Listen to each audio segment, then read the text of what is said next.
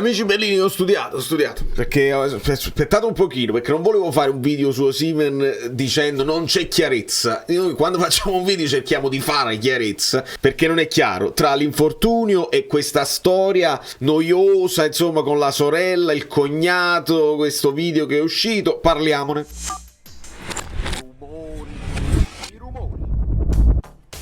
Allora, Angelo Itri, benvenuto sul canale, benvenuti a tutti i nuovi iscritti e le nuove iscritte. Io sono Valerio Fluido da New York, mi piace parlare del Napoli e vi chiedo di lasciare like in ritorno, i famosi like per il ritorno della maglia di Caccamo, che ci dà vibes, insomma, nostalgiche, un po' vintage. Allora, andiamo a parlare di questa storia di Osimhen, perché non è chiaro, perché è una storia complicata e non mi riferisco all'infortunio, che effettivamente non è chiaro, perché noi vediamo che lui si tocca dietro, insomma, la coscia, non è un infortunio di uno scontro di gioco, quindi si può pensare, insomma, sai, quando c'è lo stiramento e non si capisce. Però arrivano notizie completamente discordanti. Una ci dice no, ma niente di che, solo crampi, è tutto a posto. Altri ci dicono interessamento del tendine. Insomma, è veramente difficile e non è la prima volta che quando va in nazionale con i medici della nazionale nigeriana non c'è chiarezza, non ci fanno sapere bene, quindi dobbiamo aspettare che ritorni. Probabilmente non giocherà la prossima partita, perché non è il caso di rischiarlo,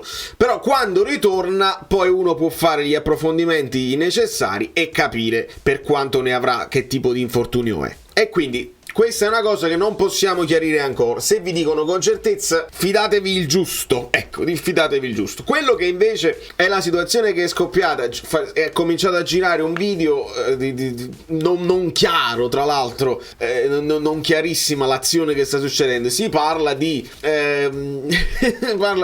È strano proprio da dire, perché si parla di un arresto, cioè il cognato dice Victor ha fatto arrestare mia moglie, cioè la sorella, e già è una cosa assurda, hanno fatta picchiare, denudare, eccetera eccetera. Noi poi non possiamo sapere quali sono gli atteggiamenti della polizia nigeriana, ma più passa il tempo più questo video sembra poco correlato alla situazione Osimhen, che però non è nuova. Ecco perché io faccio il video, per fare un po' di chiarezza e per ricordare a chi, ovviamente me stesso, io non lo ricordavo nello specifico, questa diatriba tra il cognato ed Osimhen è vecchia di almeno un anno. Facciamo un recap veloce, e sono cose in inglese che vi devo tradurre, perché altrimenti non ci siamo, che ovviamente tutto quello che è in inglese. Osimhen sister, Esther, ricordiamo, in law, cioè come si dice, in legge, il cognato, ecco, il cognato, è proprio il cognato che si dice, trascina l'attaccante del Napoli, e poi queste sono 217, dovrebbero essere milioni di naira, cioè sono la moneta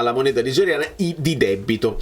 E quindi noi, se andiamo a scoprire, si parla di una cifra più o meno intorno ai 400.000, possono essere dollari o euro, cambia veramente poco nello specifico, cioè cambia, però a noi interessa poco, più 89.000, insomma una cifra intorno ai 500.000 euro. E dice il cognato, cioè Osita, dice tu mi devi dare questi soldi perché io te li ho dati e tu non me li hai restituiti più. E io già, se voi vedete Osita, che lui si dice rappresentativo, presidente di questa azienda che dovrebbe fare da rappresentante, ma ha fatto solamente il caso di Osimhen, voi dovete scavare e unirli i punti. Dice, se tenevo 500.000 dollari così.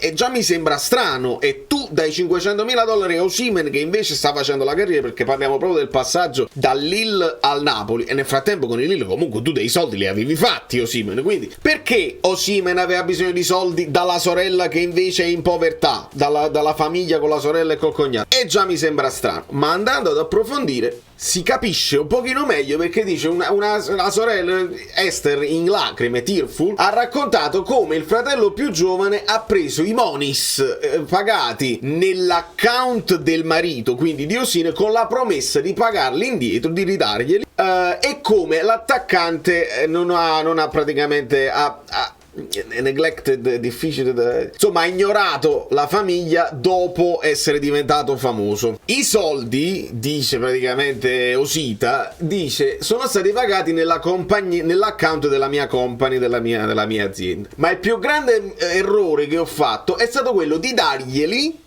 cioè i soldi di questa commissione ideale sono stati effettivamente pagati ad Osita. Li ho dati ad Osimhen con la promessa che me li avrebbe ridati. Ho lavorato con lui con la mente aperta, insomma, senza sapere che aveva un piano sinistro contro di me, che già, insomma, vabbè, ognuno poi si fa l'idea sua. Arriva l'offerta tra il Lille e il Napoli, così arrivano dei soldi, perché evidentemente insieme ai vari intermediari, guardate quanti passaggi di soldi, e già mi dà l'impressione che su questo ragazzo tutti quelli che hanno potuto mangiare intorno hanno sempre cercato di farlo. E quindi però Osita dà dei soldi ad Osimhen perché vabbè, ti servono 500.000 per sistemarti a Napoli, te li do io. Cosa stranissima, già stranissima. Però poi andiamo a leggere anche altre campane. Babi? Ok, è intervenuto, perché non è che sta solo di una sorella, c'ha anche un fratello, Andrew Osimhen. Ha detto i due fratelli, insomma, fratello e sorella, si sono messi poi a difesa dell'attaccante e hanno rilevato che il 23enne ha messo luce sulla famiglia, cioè ha aiutato tutta la famiglia sia finanziariamente sia economicamente dall'inizio, insomma, della sua carriera. Osita has been speaking a lot of jargon. Ora, io non conosco bene l'inglese nigeriano, ma mi sembra chiaro che stiamo parlando di stupidaggini. Osita ha detto un sacco di stupidaggini. Lui non può dire tutte queste cose in faccia a me, dice Andrew Osimhen, il fratello. Che poi loro, vedi, questo Daddy Freeze, cioè ognuno, sia Osita che Esther, poi dopo interviene Andrew, parlano con questo Daddy Freeze che evidentemente, io ho visto un pochino di video, ci sono dei video lunghissimi dove loro dicono le sue cose e Daddy Freeze rende tutte queste situazioni un pochino più famose, un pochino più virali. Ecco qua. E da qua, insomma, vi traduco velocemente.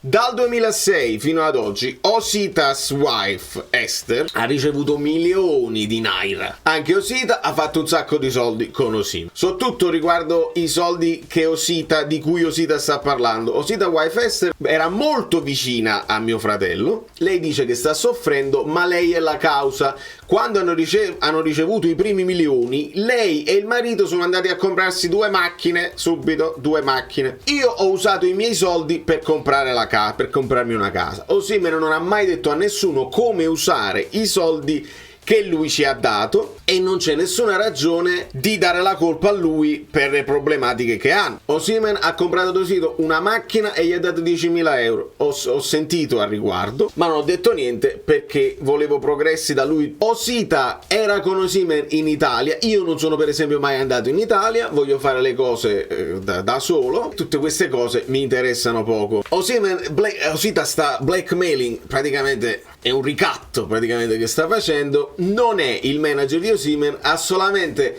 checked documents, cioè ha aiutato a sistemare, a controllare dei documenti, ha fatto il suo rappresentante occasionalmente. Ragazzi, tirando le somme, qua ci troviamo di fronte un pochino a uno sciacallaggio generale, e lo sciacallaggio generale purtroppo nelle cose poi che riguardano non solo i procuratori e gli agenti e chi a volte, perché non è la prima volta che succede, non è successo con Osimhen solamente, escono nuovi nomi, esce gente che sì, ma io ho parlato con questo, voglio avere anche io la mia fetta, e insomma già questo è molto triste e lo mettiamo d'accordo. Poi se ci mettiamo anche una questione familiare, lì diventa ancora più problematica. Il problema arriva quando Osita con questo tweet coinvolge pure De Laurentiis. Sei evil, sei cattivo, sei malvagio Osimhen, tutto quello che ho chiesto è di ritornarmi, cioè di ridarmi la commissione. Tu hai mandato gli official, che sarebbe praticamente la polizia nigeriana,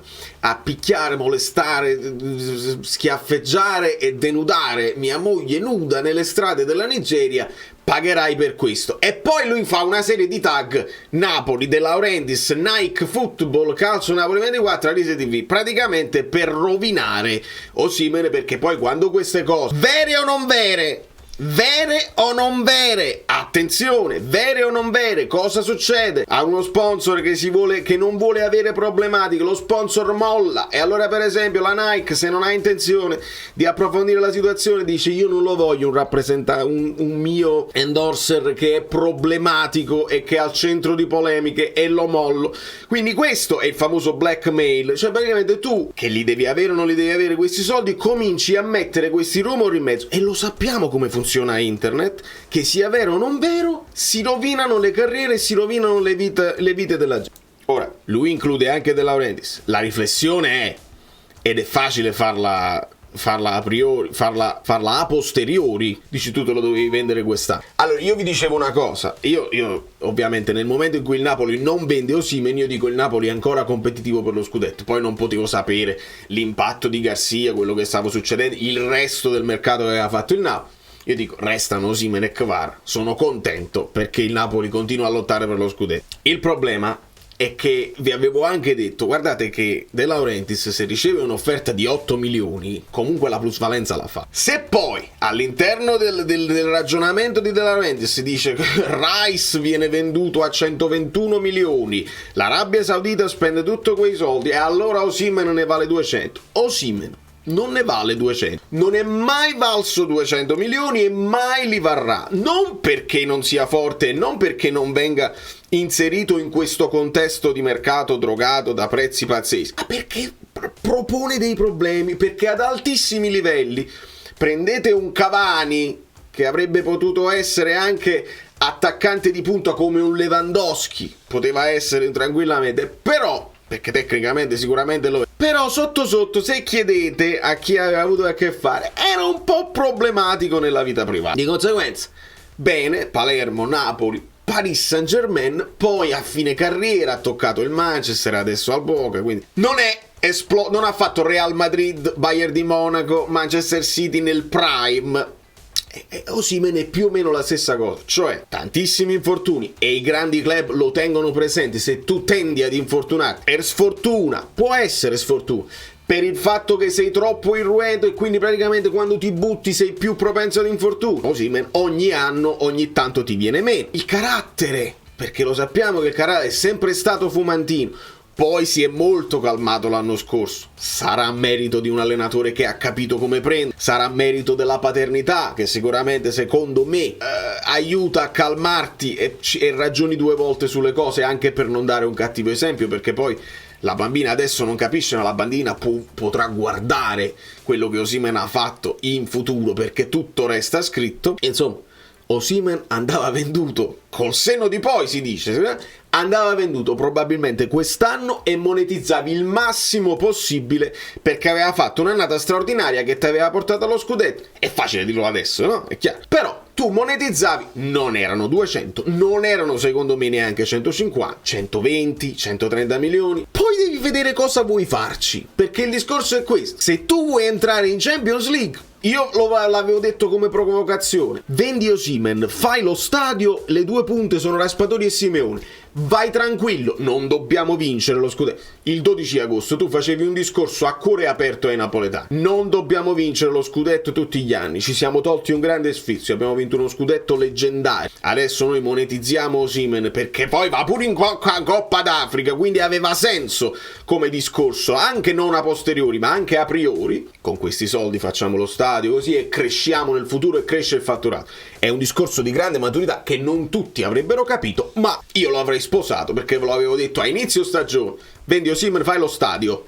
È una provocazione che nessuno poteva capire. Ad oggi, con tutte queste problematiche, ci aggiungi il TikTok, ci aggiungi gli infortuni, ci aggiungi queste cose legali un po' losche, un po' offusche, che non si capiscono bene e che devono essere poi risolte in maniera diversa. Osimhen non entra nelle mire dei grandi club, perché i grandi club tutte queste cose cercano di risparmiarsene e cercano di evitarle a priori. Cosa succede al tifoso napoletano? Si leggono cose così. Ho cancellato il nome perché non voglio assolutamente.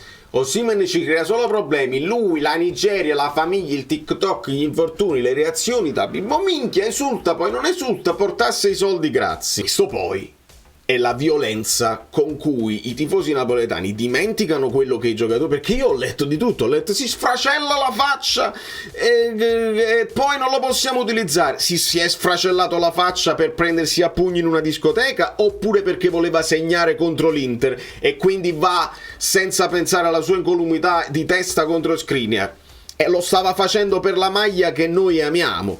Quindi prendercela con Osimhen anche per gli infortuni mi sembra una roba veramente veramente grottesca. Adesso il ragazzo è problematico, lo sappiamo. Portarsi i soldi, questa è una riflessione da fare un pochino più profonda. Chi te li porta i soldi e quanto te ne portano? Quanti te ne portano? Conviene?